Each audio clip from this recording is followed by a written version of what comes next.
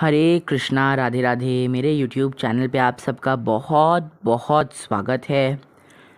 और आज हम एक बहुत ही महत्वपूर्ण विषय पे चर्चा करने वाले हैं, जो है महाप्रभु का छप्पन भोग, जिसे जगन्नाथ महाप्रभु का महाप्रसाद, छप्पन भोग, अनेक अनेक नामों से जाना जाता है। मैं आपका जागृत हो रही कि आप सबके साथ में महाप्रभु के छप्पन भोगों की जो ऑथेंटिक पूरी श्री मंदिर की रेसिपीज़ हैं वो लेके आऊं, ताकि आप भी अपने ठाकुर को ये बना करके भोग लगा सकें और इन्जॉय करके खुद भी खा सकें कि देखिए कितना प्यारा प्यारा भोग हम घर पे भी बना सकते हैं। तो ऐसा तो मैं पहले सीधा प्रसाद की वीडियो ही डाल देता, परंतु ये थोड़ा सा एक यूँ है कि आपको पहले से अंदाज़ा हो कि आपको प्रसाद अगर बनाना है तो आपको क्या क्या चीज़ें रिक्वायरमेंट प्रॉपर होती है। तो वही इंग्रेडिएंट्स तो हमारे पास मिलना भी बहुत मुश्किल होते हैं, क्योंकि वो आधे ज़्यादा इंग्रेडिएंट ऐसे होते हैं जो उड़ीसा के लोकल इंग्रेडिएंट होते हैं और यहाँ नहीं मिलते। अड़ खिचड़ी हो गया, नोखोरा खिचड़ी हो गया, महुरा, बेसर, ऐसी चीज़ें मैंने बनाई हैं। मैंने मिट्टी के बर्तन में प्रॉपर प्रोसीजर से 3 या 4 बारी बनाया होगा खाना। कानी का भी मैंने एक बारी बनाई थी, पर वो मेरी थोड़ी कांसी की हांडी थी, उसमें भी बनाई थी मैंने। तो देखिए, प्रॉपर प्रोसीजर से बनाने के लिए हमें महाप्रभु के लिए सबसे पहले तो चाहिए मिट्टी की हांडी, यानी कि मिट्टी के बर्तन। हांडी कई बार ऐसा होता है हांडी हो जाती है बनाने के बाद क्रैक। मैंने आज तक जितनी बारी भी मिट्टी के बर्तन में महाप्रसाद बनाया है, मैंने प्रसाद बना के वो हांडी को फोड़ दिया है। एक बारी तो प्रभु इच्छा से स्वयं ही फूट गई थी, और एक बारी 2 बारी मैंने खुद ही उसे फोड़ दिया था और डिस्कार्ड कर दिया था, क्योंकि मिट्टी का बर्तन एक बार ही प्रयोग होता है। पर अब मेरा प्रयास रहेगा कि मैं एक अच्छा सा मिट्टी का बर्तन ढूंढूं जिसको पुनः पुनः बार बार प्रयोग कर सकते हैं। सेकंड मोस्ट इम्पॉर्टेंट चीज़ एक तो हो गया आपका मिट्टी का बर्तन, दूसरे होते हैं कांसे के बर्तन। बहुत सारी चीज़ें जो फ्राई होती हैं कढ़ाई में बनती हैं, तो उसके लिए कांसे का बर्तन, कांसे का पलटा, ये सब होता है। पर अगर आपके पास नहीं है, कोई इशू नहीं, हम घर पे बना रहे हैं, हम देखो हमारे घर पे श्री मंदिर तो है नहीं, तो हर चीज़ तो एकदम पॉसिबल होना मुश्किल है। पर हाँ, जितना हो सके उतना तो हम करने का प्रयास कर ही रहे हैं। कई घरों में पीतल की, कांसे की कढ़ाई होती ही है, तो अगर है वेल एंड गुड, अगर नहीं है तो कोई बात नहीं, आप अपना स्टील का नॉर्मल बर्तन में खाना बनाएं। वो मसाला हर रेसिपी के लिए वैसे तो होता है अलग, परंतु मैंने एक चीज़ कॉमन देखी, उनके मसालों में क्या डलता है? लौंग, काली मिर्च, बड़ी इलायची, जायफल। काली मिर्च और बड़ी इलायची का मेन रोल है।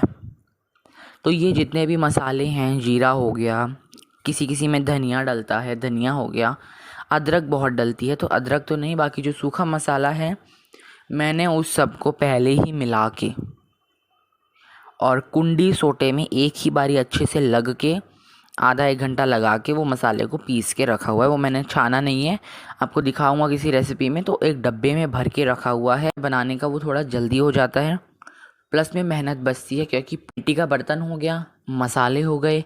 आपको उसको बनाते टाइम मैं आपको बताऊंगा किस फ्लेम पे कैसे बनाना है कि आपका मिट्टी का बर्तन फटे नहीं गैस की वजह से। जैसे मेरा एक बारी फट चुका। जो हम नॉर्मल पानी पीने का बर्तन मिट्टी मटका लेते हैं, वो नहीं, वैसे तो छोटे वाले मटकों में मैं उन्हीं में बनाया हूँ मैंने, तो बन जाता है, कोई दिक्कत नहीं है। परंतु आप जब लेने जाएंगे स्पेशली, तो वो मिट्टी खाना बनाने के लिए चाहिए, तो वो आपको दे देंगे एक अलग से। वो ज़्यादा चिकना वाला मत लेना, वो थोड़ा केमिकल वाला होता है। नॉर्मली लेना, वो आपको बस बता देंगे थोड़ा मोटे तले का, थोड़ा स्ट्रॉन्ग बर्तन है। अदरक का बहुत फ्लेवर आता है। हींग आपके पास होनी चाहिए, बांधनी हींग, जो डले आते हैं हींग के बड़े बड़े, गुड़ जैसे गीले गीले से थोड़े से डले होते हैं, वो बांधनी हींग जिसे बोलते हैं। ड्राई भी आती है वो ही, मतलब थोड़ा गर्मी में पिघल जाती है, ऐसे पसीज जाती है, तो वो हींग ले लेंगे। हींग आप ले आना, उसका पानी भोजन में डलता है, हींग वो वाली नहीं डलती जो हम यूज़ करते हैं।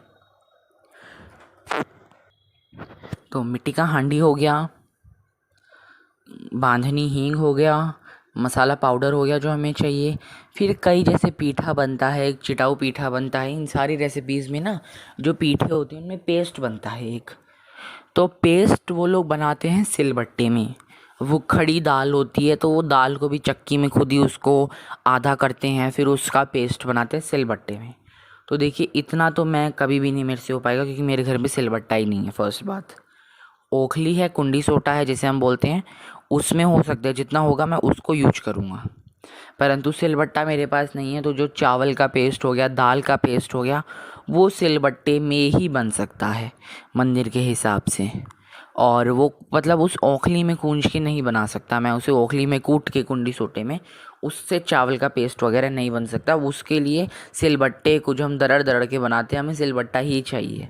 सिलबट्टा मेरे पास नहीं है। आप कुछ कभी कम क्वांटिटी में अगर ट्राई करेंगे तो सिलबट्टे में बना के देख सकते हैं। शुद्धता का जो है वो थोड़ा सा ध्यान रहता है। मेरे पास सिलबट्टा तो नहीं है, तो ओखली और जो कुंडी सोटा है वो जितना प्रयोग होगा करूँगा, नहीं तो फिर मिक्सी तो है ही है। नारियल का मंदिर में बहुत यूज होता है, तो ताज़ा कसा हुआ नारियल जब भी प्रसाद बनाएं, रेसिपी देख लीजिए और एक नारियल रख लीजिए अपने पास। नारियल तो वैसे ही बहुत हेल्दी होता है। श्री मंदिर में किसी भी तरीके के तेल का प्रयोग नहीं होता, चाहे वो रिफाइंड तेल हो, चाहे वो सरसों का तेल हो। वहाँ सिर्फ देसी गाय के देसी घी का ही प्रयोग होता है, घी में ही खाना बनता है।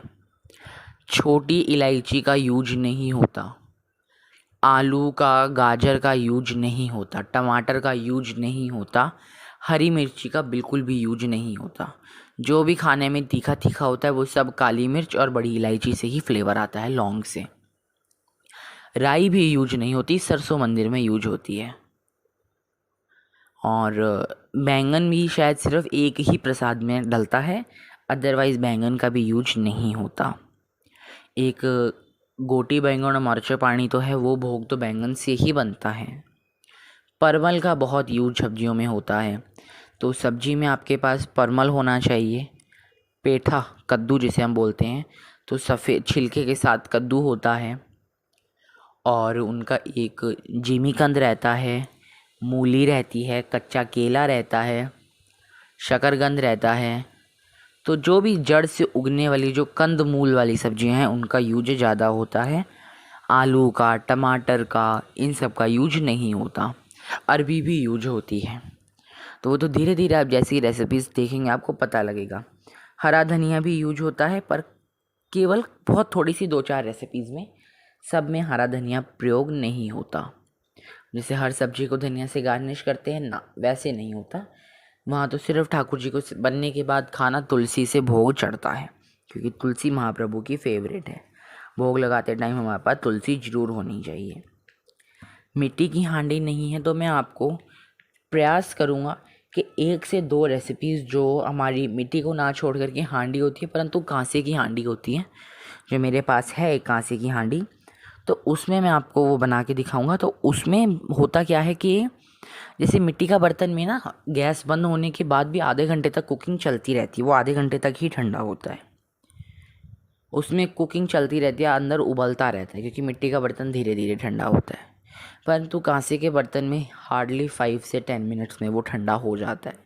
पूरा ठंडा नहीं होता, पर कुकिंग प्रोसीजर स्टॉप हो जाता है, वो बस गर्म रहता है 5 से 10 मिनट बाद।